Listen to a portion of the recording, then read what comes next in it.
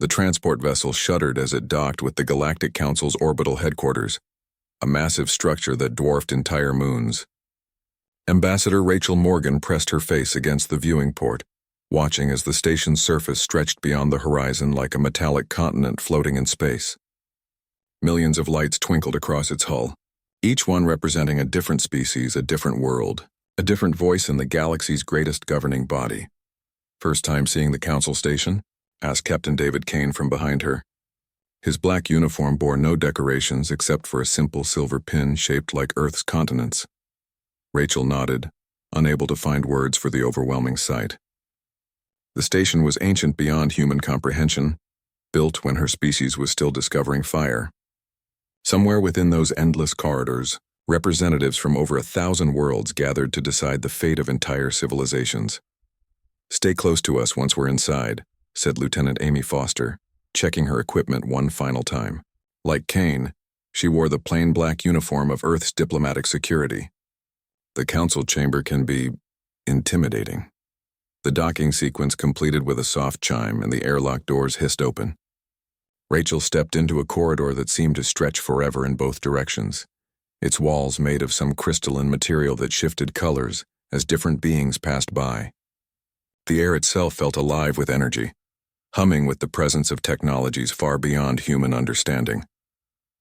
Creatures that defied description moved through the corridors. A being made of what looked like living metal floated past, its surface reflecting the lights around it like a mirror, something that resembled a giant spider, but with far too many legs and eyes that glowed like stars, scuttled along the ceiling without making a sound.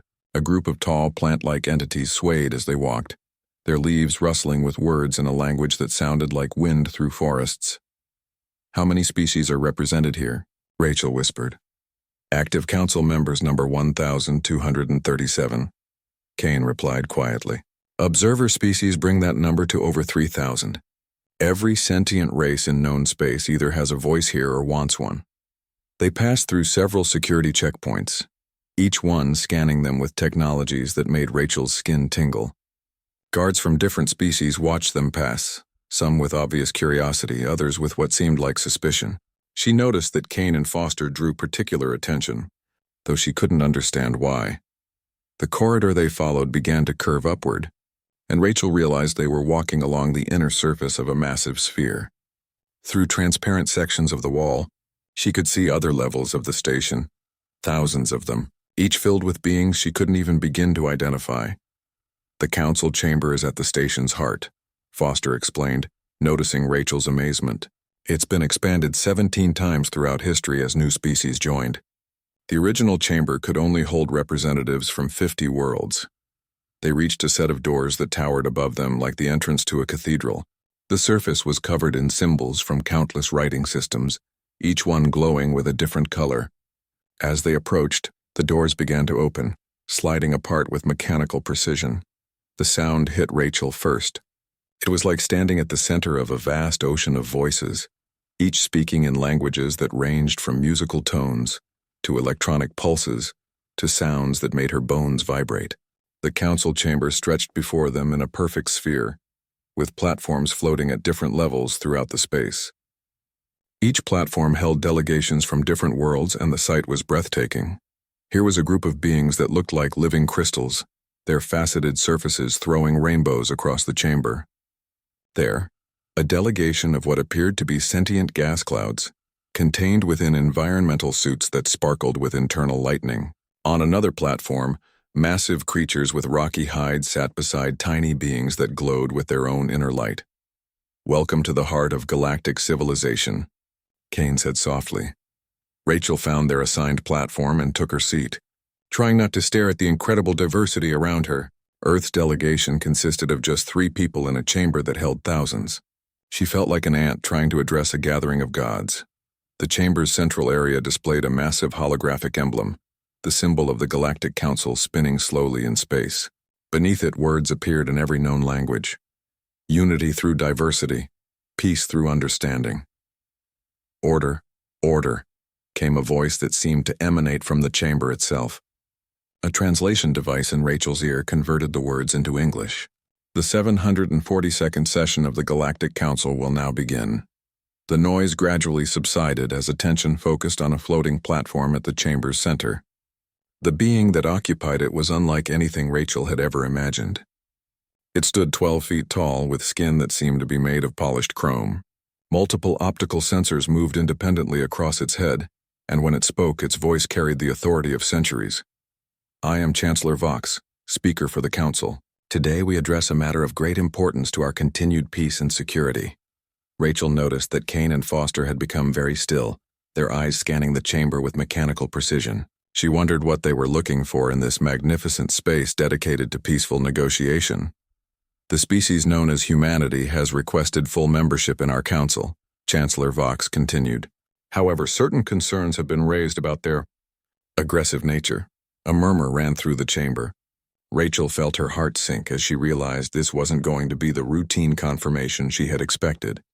Furthermore, the Chancellor said, his optical sensors focusing on the human delegation, we must address the unprecedented request that armed guards be permitted to accompany human representatives to all council sessions. The murmur grew louder, with what sounded like disapproval from several directions. Rachel looked at Kane and Foster, suddenly understanding why they had drawn such attention in the corridors. This violates 7 centuries of council tradition, called out a delegate, whose voice sounded like grinding stone. No weapons have ever been permitted in these sacred halls. The humans claim their guards carry no weapons, Chancellor Vox replied. However, their mere presence suggests a level of mistrust that is incompatible with our values of peaceful cooperation. Rachel stood to address the council, but Kane's hand on her shoulder stopped her. When she looked at him, his expression was grim. Ma'am, he whispered so quietly only she could hear, we're not here to protect you from them. The words sent a chill down Rachel's spine. What do you mean? Foster leaned closer, her voice barely audible. We're here to protect them from each other. Before Rachel could ask what they meant, alarms began to sound throughout the chamber. The massive doors sealed shut with a resounding clang that echoed through the sphere like a death knell. Emergency protocols activated, the chamber's voice announced. All delegates will remain in position until the current crisis is resolved. Rachel watched in growing horror as she realized that Earth's first appearance before the Galactic Council had just become something far more dangerous than a simple diplomatic meeting. In the most secure location in known space, surrounded by the galaxy's most powerful representatives, they were now trapped, and for reasons she didn't understand. The 2 humans who were supposed to be her guards looked like they had been expecting this moment all along. The emergency lighting cast strange shadows across the council chamber as delegates shifted nervously on their platforms. Rachel could feel the tension building like electricity in the air. Whatever was happening, it was clear that many of the representatives had not expected this development. Status report, Chancellor Vox demanded, his chrome head turning toward the chamber's control center. Unknown signal interference. Detected across all communication networks, came the reply from a technician whose species Rachel couldn't identify. External communications are currently blocked. A ripple of concern moved through the assembled delegates. In 7 centuries of council meetings, nothing like this had ever happened. The chamber had always been considered the most secure location in known space. I demand an immediate investigation, called out a delegate whose voice carried the authority of ancient power. The being appeared to be made of living stone, each word causing small tremors to run through its massive form. The hegemony will not tolerate delays in our scheduled territorial negotiations. The crystalline syndicate seconds this demand, added another voice, this one sounding like wind chimes in a gentle breeze. Our trade routes cannot remain in limbo while technical difficulties are resolved. Rachel noticed that Kane and Foster were no longer scanning the chamber randomly. Their attention had focused on specific delegations, and she could see their muscles tensing beneath their uniforms. Captain, she whispered, what are you seeing? Kane's response was so quiet she had to strain to hear it. Delegate from the hegemony, 3rd platform from the center. His species doesn't normally show stress through physical tremors, but he's been vibrating for the past 3 minutes. Foster added her own observation. Crystalline Syndicate representative is resonating at a frequency that suggests active communication, but their platform's official transmitters are showing as inactive. Rachel looked where they indicated but saw nothing unusual. To her eyes, the delegates appeared concerned but not suspicious.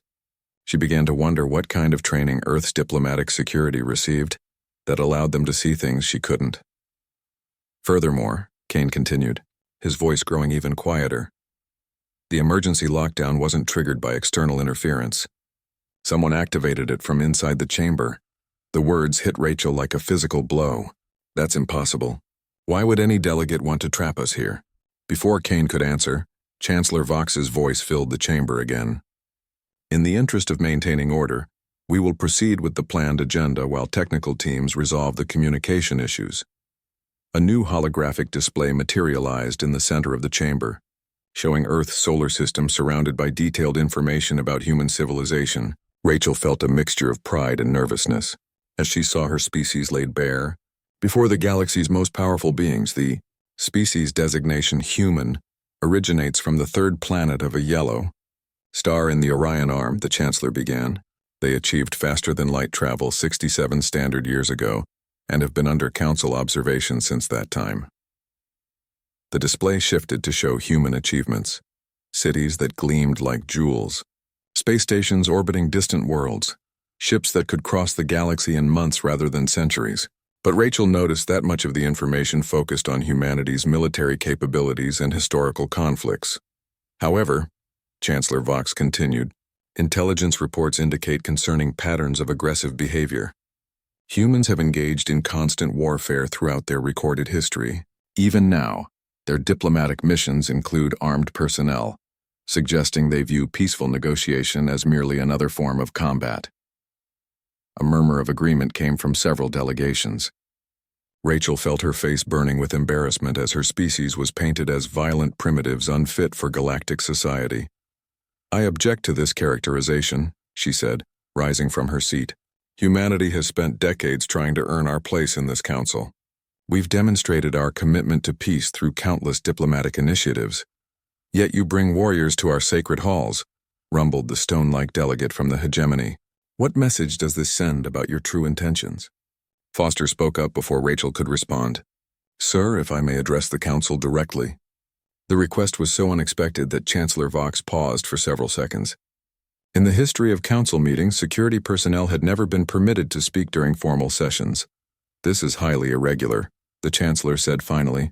However, given the unusual circumstances, we will hear what the human guard has to say. Foster stepped forward, and Rachel was struck by how calm she appeared despite being the focus of over 3,000 alien beings. Her voice carried clearly through the chamber's acoustics. Honored delegates, my partner and I are here because our species has learned something important about group dynamics. When you put individuals with different needs, different resources, and different survival strategies in close proximity, conflicts naturally arise. Are you suggesting that this council is prone to violence? Asked a delegate whose form seemed to shift like smoke given substance. I'm saying that every species in this chamber is a predator in some way, Foster replied matter-of-factly. Not necessarily in the physical sense, but in terms of resource acquisition, territorial control, or social dominance. Humans learned to recognize these patterns because our survival depended on it. Kane joined his partner in the center of their platform. Lieutenant Foster is correct. Our species evolved in an environment where everything was trying to kill us. We learned to read micro-expressions, body language, vocal stress patterns, and behavioral anomalies because missing those signs meant death. And what exactly are you seeing now? Chancellor Vox asked, his optical sensors focusing intently on the human guards. Kane and Foster exchanged a look that seemed to contain an entire conversation. Finally, Kane spoke. We're seeing 17 different species showing signs of concealed stress, 3 delegations communicating through methods that aren't appearing on the official monitoring systems, and at least 5 groups displaying behavioral patterns consistent with predatory planning. The chamber fell silent. Rachel could hear her own heartbeat in the sudden quiet. Furthermore, Foster continued, the emergency lockdown wasn't caused by external interference. It was triggered by a specific sequence of commands that originated from this chamber, designed to look like a technical malfunction. Preposterous, called out the Crystalline Syndicate's representative. You accuse the Council of conspiracy based on nothing more than primitive intuition. Not the Council, Kane said quietly. A subset of it. A group that has been planning this moment for months, possibly years. Rachel felt the blood drain from her face as she began to understand what her guards were suggesting. This wasn't a routine membership hearing that had been interrupted by technical difficulties. This was a trap. The communication blackout serves multiple purposes, Foster explained, her voice carrying a tone of professional analysis. It prevents outside observation of what happens here, blocks any calls for help, and creates the perfect cover for what appears to be a coordinated action by several delegations. Chancellor Vox's chrome surface seemed to dim as the implications became clear. You're suggesting that delegates are planning to use this emergency situation to… What? What could they hope to accomplish? Kane's smile was grim. Remove Earth's bid for membership permanently. Eliminate certain rival delegations. Perhaps reshape the balance of power in this council entirely. The silence that followed was broken by a sound Rachel had never heard before, the collective intake of breath from over 1,000 different species, each expressing shock in their own biological way. But there's one thing the conspirators didn't account for, Foster said, her hand moving to touch something on her belt that Rachel hadn't noticed before. And what is that? Asked the Chancellor. Kane's expression was utterly calm. They assumed that human guards would react the same way as every other species when faced with a threat. They expected us to become defensive, to focus on protecting our own delegation. Instead, Foster continued, we've spent the last 47 minutes cataloging every anomalous behavior in this chamber, identifying the key players in the conspiracy, and determining the most effective way to prevent what's coming next. Rachel stared at her guards with a mixture of amazement and terror. What's coming next? Before either Kane or Foster could answer, the lights suddenly went out completely, plunging the council chamber into absolute darkness. In the blackness, Rachel heard sounds that made her blood run cold. The whisper of movement, the rustle of concealed weapons being drawn, and the soft footsteps of predators moving toward their prey. The trap had been sprung. But as Rachel would soon learn, the hunters had seriously underestimated what they were really up against. The darkness lasted exactly 3 seconds. Then emergency lighting flickered on, bathing the council chamber in a hellish red glow that turned the magnificent diplomatic venue into something from a nightmare. Rachel blinked, trying to adjust her vision, and gasped at what she saw.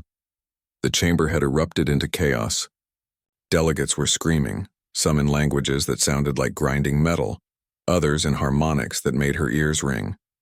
But through the pandemonium, she could see shapes moving with deadly purpose. The conspiracy that Kane and Foster had identified was no longer hidden. A creature that looked like a massive spider made of crystalline formations was descending from above.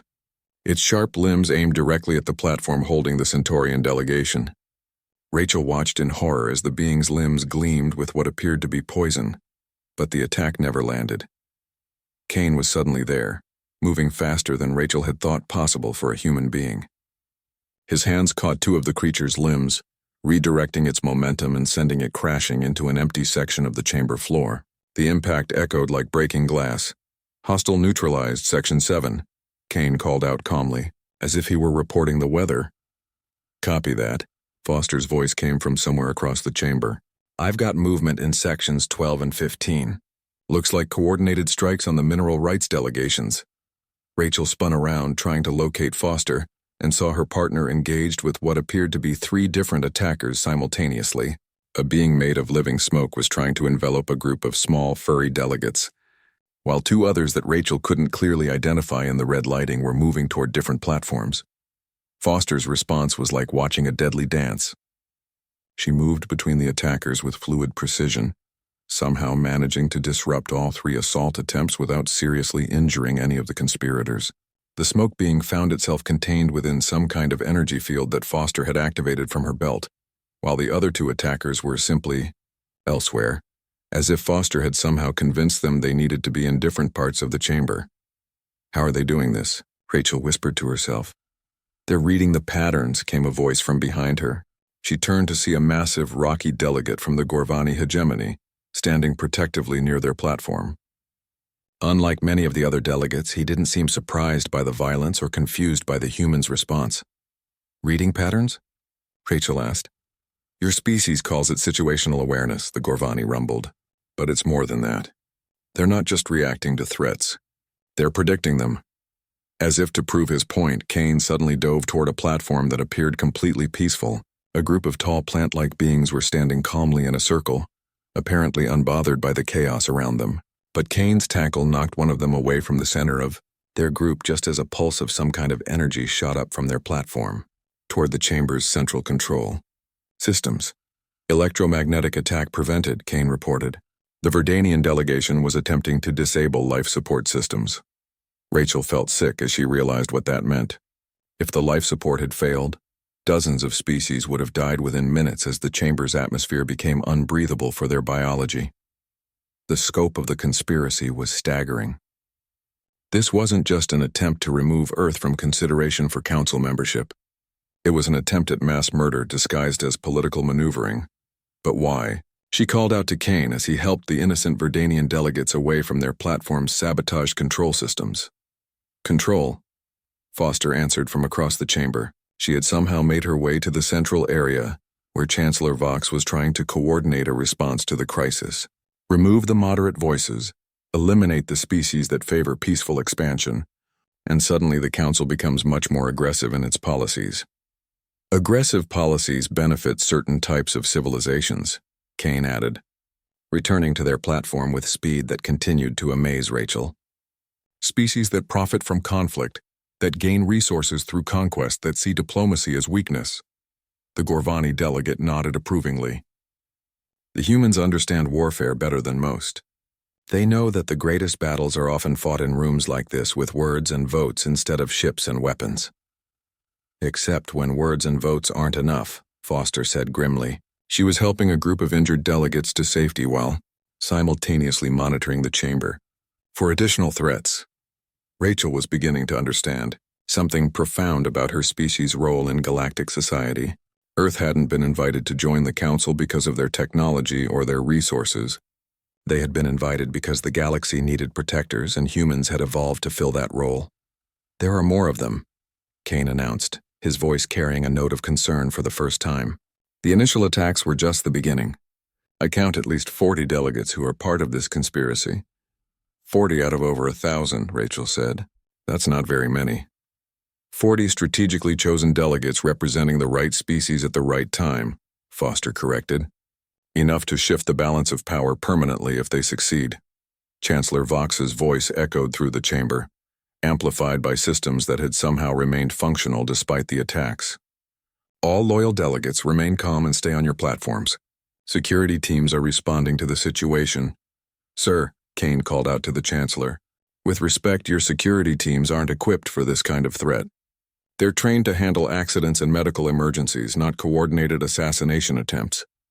Then what do you suggest? The Chancellor replied. Kane and Foster exchanged another of their silent conversations. Finally, Foster spoke. Let us do what humans do best, Chancellor. Let us hunt. The words hung in the red-tinged air of the chamber like a challenge. Rachel saw something change in her guard's posture. Something primal and dangerous that reminded her that humanity had once been prey animals, who became the most successful predators on their planet. Very well, Chancellor Vox said after a moment. The Council hereby grants temporary security authority to the human delegation. Prevent further bloodshed by any means necessary. Kane and Foster smiled at each other, and Rachel suddenly felt sorry for the conspirators. They had picked a fight with the wrong species. Ma'am, Kane said to Rachel, we're going to need you to stay here with Delegate Thorak. He indicated the Gorvani, who nodded agreement. What we're about to do is going to look very violent, but I promise you that we're going to try very hard not to kill anyone. Try? Rachel asked weakly.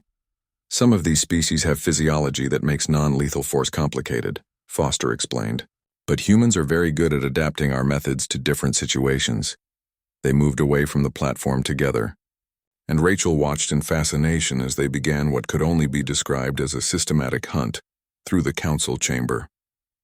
But it wasn't the mindless violence she had feared. It was something far more terrifying. Intelligence and restraint combined with absolutely ruthless efficiency. The conspiracy had made one critical error in their planning. They had assumed that removing Earth from the Council would eliminate the greatest threat to their success. Instead, They had just given humanity a very good reason to show the galaxy exactly what they were capable of. The systematic neutralization of the conspiracy took exactly 18 minutes. Rachel watched from her platform as Kane and Foster moved through the council chamber like ghosts, appearing wherever they were needed most, and disappearing just as quickly. They worked with a coordination that seemed almost telepathic, each one covering the other's movements while protecting innocent delegates from the violence swirling around them. When the last conspirator was subdued, and the emergency lighting finally gave way to normal illumination, the true scope of the plot became clear. 43 delegates sat in restraints. Their assassination attempts failed and their weapons confiscated. Another 17 had been treated for various injuries, and 3 delegates had been saved from certain death by the humans' intervention. Medical teams are responding to all injured parties, Chancellor Vox announced, his chrome surface reflecting the chamber's restored lighting. The immediate crisis has been resolved, but Rachel could see that Kane and Foster were not relaxing. If anything, they seemed more tense than before, their eyes still scanning the chamber with mechanical precision. "It's not over," Foster said quietly, confirming Rachel's observation. "This was too elaborate to be an isolated incident." "Agreed," Kane nodded. "The coordination, the timing, the specific targeting of moderate delegates, this has the hallmarks of a much larger operation." Chancellor Vox's optical sensors focused on the human guards. "Explain." Foster activated a device on her belt and a holographic display appeared above their platform. It showed a complex web of connections between the captured conspirators, their home systems, and various economic and political interests throughout the galaxy. "The 43 conspirators represent 17 different species," Foster began, "but their actions were coordinated down to the second. That level of planning requires months of preparation and a command structure that extends far beyond this chamber." Kane added his own analysis to the display. Furthermore, the specific delegates they targeted weren't random. Every intended victim represented a moderate voice in council politics, someone who favored peaceful expansion and diplomatic solutions over military action. If they had succeeded, Foster continued, the remaining council would have been dominated by species that profit from conflict, territorial expansion, and aggressive resource acquisition. Rachel felt a chill as she understood the implications. Someone wanted to turn the Galactic Council into a war machine. "Not someone," Kane corrected grimly. "Something. The coordination patterns suggest a single intelligence behind all of this, but the communication methods and planning timeframes indicate capabilities beyond any individual species." Chancellor Vox was studying the holographic display with growing alarm. "You're suggesting artificial intelligence?" "We're suggesting something that thinks in terms of decades or centuries rather than years," Foster replied. "Something that can coordinate actions across hundreds of star systems without being detected by any known surveillance methods." The chamber fell silent as delegates absorbed this information. The idea that their government had been infiltrated by an unknown intelligence was terrifying enough. The possibility that this intelligence was playing a game that spanned generations was almost incomprehensible. "How long have you known about this?" asked Delegate Thorak, the massive Gorvani who had stayed to protect Rachel. During the fighting, Kane and Foster exchanged one of their meaningful looks before answering. "Earth's intelligence services have been tracking unusual patterns in galactic politics for approximately 15 years, Kane admitted. Strange coincidences in council voting, economic disruptions that benefited unknown parties, territorial disputes that escalated without clear cause. We started placing security personnel in diplomatic missions 5 years ago," Foster added, "not to protect our delegates, but to gather information about what was really happening in galactic government." Rachel stared at her guards with a mixture of admiration and shock. "You've been spying on the council?" "We've been protecting it," Kane corrected. "Every human guard assigned to diplomatic duty has been trained to recognize patterns of manipulation and control. We've been documenting anomalies, building profiles, and preparing for exactly this kind of coordinated attack." "But why didn't you share this information with Council security?" Chancellor Vox demanded. Foster's smile was grim. "Because we didn't know how deep the infiltration went. For all we knew, Council security was part of the problem." As if to prove her point, a group of armed figures in Council security uniforms suddenly appeared at the chamber's entrances. But instead of providing assistance, they began sealing the exits with devices that looked decidedly non-standard. "I think we're about to find out," Kane said quietly. The lead security figure removed his helmet, revealing features that seemed to shift and blur like a hologram with poor resolution. When he spoke, his voice carried harmonics that made Rachel's teeth ache. "The Phase 1 operation has been compromised," the figure announced. "Initiating Phase 2 containment protocols." "Phase 2? Chancellor Vox asked. "Elimination of all witnesses to today's events," the figure replied matter-of-factly. "The Council will reconvene tomorrow with replacement delegates who are more amenable to necessary policy changes." Rachel felt her blood turn to ice as she realized what was happening. The conspiracy wasn't just about manipulating the Council. It was about replacing it entirely. "How many of Council security are compromised?" Foster asked, her hand moving toward her equipment. "Sufficient numbers," the figure replied. "This facility is now under new management." Kane was already moving, but this time his target wasn't the conspirators within the Council. He was heading toward the nearest exit, where the compromised security teams were setting up what looked like some kind of energy barriers. "Lieutenant Foster," he called over his shoulder. "Pattern analysis suggests we're dealing with a hostile takeover, not just an assassination plot." "Confirmed," Foster replied, helping delegates away from the entrances. "The security teams are using equipment that doesn't match any known Council specifications." "Who are you working for?" Chancellor Vox demanded of the lead security figure. The being's shifting features arranged themselves into something that might have been a smile. "We work for the future, Chancellor. A future where the galaxy's resources are managed more efficiently than your current system allows." "The Void Syndicate," Delegate Thorak rumbled, his rocky features hardening with recognition. "We should have known." Rachel had heard whispers of the Void Syndicate, a shadowy organization that supposedly operated beyond the borders of known space. Most diplomats dismissed them as conspiracy theories, but the expression on Kane's face suggested otherwise. "They're real?" she asked. "Very real," Kane confirmed. "And they've been using the Council as their personal chessboard for longer than anyone realized." The compromised security teams were advancing into the chamber now, their weapons trained on specific delegates. Rachel noticed that they weren't targeting everyone equally. Some species were being herded toward one side of the chamber, while others were being surrounded with obvious hostile intent. "They're separating the delegates," Foster observed, "keeping the ones they can use, eliminating the ones they can't." "Not if we stop them first," Kane said grimly. Rachel watched as her guards prepared to face an enemy that had been manipulating galactic civilization for generations. The scope of what they were up against was staggering, but Kane and Foster seemed oddly confident. "What makes you think you can succeed where the entire Council has failed?" she asked. Foster's smile was predatory. "Because we're not trying to defeat them diplomatically, ma'am. We're going to do what humans do better than any other species in the galaxy." "Which is?" Kane's expression was utterly calm. "We're going to hunt them down and make them extinct." The battle for the Council chamber was unlike anything in recorded galactic history. On one side stood the Void Syndicate's forces, with technology that seemed decades ahead of anything the Council possessed, and tactics that spoke of careful planning over generations. On the other side were two human guards who had spent their entire careers preparing for exactly this moment. Rachel watched in amazement as Kane and Foster transformed the diplomatic venue into a three-dimensional battlefield. They used the chamber's floating platforms as cover, its complex architecture as tactical advantages, and its diverse environment systems as weapons. When the Syndicate forces tried to flood the chamber with paralytic gas, Foster somehow redirected the atmosphere recycling system to create wind patterns that kept the toxins away from the delegates. "How are they doing this?" Chancellor Vox asked, his optical sensors tracking movements that seemed impossible for organic beings.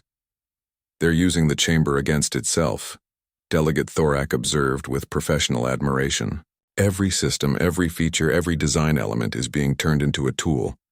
But Rachel was beginning to see something else. Kane and Foster weren't just fighting to save the Council.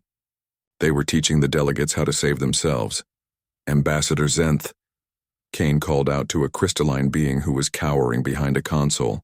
"Your species can generate electromagnetic pulses, correct? The energy barrier at Exit 7 is vulnerable to that frequency." The crystalline delegate hesitated for a moment, then nodded and moved toward the indicated exit. A pulse of energy disrupted the barrier, and suddenly delegates in that section of the chamber had an escape route. "Delegate Mirren," Foster shouted to a plant-like being near the center of the chamber. "Your root systems can interface with biological circuits. The Syndicate's equipment has living components that you might be able to disrupt." Within minutes, Rachel watched as the Council's delegates began working together in ways they never had before. Species that had been rivals for centuries found themselves coordinating their abilities under human guidance to resist an enemy that threatened them. All the Syndicate forces had expected to face a demoralized group of frightened diplomats. Instead, they found themselves fighting a coordinated defense that used every species' natural advantages in perfect synchronization. "This is impossible," the lead Syndicate operative snarled, his shifting features showing clear frustration. "The Council species are individualistic, territorial, and incapable of meaningful cooperation. You've been manipulating them for so long, you forgot what they're really capable of," Kane replied, dodging an energy blast that would have killed any normal human. Humans just reminded them. Foster had reached the chamber's central control systems and was working with incredible speed to reverse the lockdown protocols. "The Syndicate's been using your own security systems against you for years," she called out to Chancellor Vox. "Every time there was a technical malfunction during a crucial vote, every time communications were accidentally disrupted during sensitive negotiations." "How long?" the Chancellor asked. "Based on the code signatures I'm seeing, at least 2 centuries, Foster replied. "They've been gradually increasing their control, making each manipulation seem like random system failures." Rachel felt sick as she realized the scope of the infiltration. For 200 years, the galaxy's government had been gradually compromised by an enemy that most people didn't even believe existed. But the tide of battle was turning. The delegates had discovered that their combined abilities, properly coordinated, were more than a match for the Syndicate's advanced technology.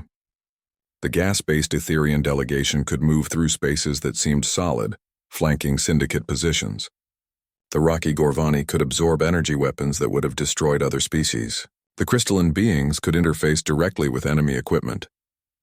"You see?" Kane said conversationally as he helped a group of injured delegates to safety. "The Syndicate made the same mistake that most predators make. They assumed that because they could control individual prey, they could control the entire herd. But humans taught us something about herds," Delegate Thorak added, using his massive strength to pin down a Syndicate operative. "When they work together, they're not prey anymore." The lead Syndicate operative was backing toward the chamber's central area, his shifting features showing something that might have been fear. "You cannot stop us. We have forces throughout the galaxy, operations spanning centuries. This is just one small setback." "You're right," Foster agreed, still working on the control systems. "We can't stop your entire operation today. But we can do something much more important," Kane added. "Which is?" the operative demanded. Foster's smile was predatory. "We can teach every species in the galaxy how to recognize your manipulation patterns. Every delegate in this chamber now knows what Syndicate interference looks like. They'll recognize it in council votes, in trade negotiations, in territorial disputes. More importantly," Kane continued, "they know how to work together to resist it. You've spent centuries dividing them, making them suspicious of each other. Today they learned that cooperation makes them stronger than any individual species could be alone." The operative's features shifted rapidly, cycling through expressions of rage, fear, and desperate calculation. "You've doomed yourselves. The Council will never accept human guidance willingly. They'll resent your interference." "We're not asking them to accept human guidance," Rachel said, finally understanding her species' true role in galactic civilization. "We're asking them to accept human partnership." Chancellor Vox's optical sensors focused on her. "Explain." "Humans evolved as persistence hunters," Rachel continued, feeling confidence she had never experienced before. "We succeed not by being stronger or faster than our prey, but by never giving up, by working together, and by learning from every encounter. The Syndicate thinks in terms of dominance and control," Kane added. "They can't understand cooperation that isn't based on hierarchy. But humans can teach other species how to cooperate as equals," Foster said, finally completing her work on the control systems. "How to combine their strengths, cover each other's weaknesses, and create something stronger than the sum of its parts." The chamber's communication systems came back online with a subtle chime. Suddenly, delegates were receiving messages from across the galaxy as news of the Syndicate attack spread. But instead of the panic that the operatives had expected, the response was swift and coordinated. Admiral Blake of the Human Defense Fleet reports that Syndicate installations in the Outer Rim are being evacuated, Chancellor Vox announced. Apparently, our communication blackout was their signal to begin Phase 3 of their operation. Phase 3? Rachel asked. Complete takeover of major galactic infrastructure, the lead operative said bitterly. But with their council operation exposed, they're cutting their losses and retreating to prepare for the next attempt. There won't be a next attempt, Foster said quietly. At least not one that succeeds. Why not? Kane gestured to the chamber around them, where delegates from hundreds of species were working together to secure Syndicate equipment and treat the wounded. Because they've just learned how to be stronger together than they ever were apart. The battle was over, but Rachel could see that something fundamental had changed in the council chamber. Delegates who had been rivals for centuries were sharing information, coordinating their efforts, and planning joint responses to the Syndicate threat. The vote, she said suddenly. The vote on Earth's membership. Chancellor Vox's chrome features reflected the chamber's lighting as he considered her words. I believe that vote is no longer necessary, Ambassador Morgan. Sir, Earth's membership in the Council was never really in question, he explained. We've been observing your species for 67 years, watching how you interact with other civilizations, noting your patterns of behavior and your natural abilities. Rachel felt confused. Then why the hearing? Why make it seem like our membership was uncertain? Delegate Thorax's rumbling laugh filled the chamber. Because we needed to see how you would react under pressure. We needed to know if humans would try to dominate other species or help them become stronger. Today you showed us the answer, Chancellor Vox continued. Earth is not joining the Council as a member species. Earth is joining as something much more important, which is, Foster and Kane exchanged another of their silent conversations, and Rachel saw understanding dawn on their faces. Guardians, Foster said softly. We're becoming the Council's guardians. Chancellor Vox nodded slowly. Every Council session, every diplomatic mission, every major negotiation will include human observers. Not to control or manipulate, but to watch for threats that other species might miss and to help coordinate responses when those threats materialize. Rachel looked around the chamber at the delegates who were now working, together with unprecedented cooperation, at the Syndicate operatives who had been defeated not by superior force, but by superior teamwork, and at her two guards who had somehow managed to save galactic civilization while teaching it a better way to protect itself. We accept, she said formally.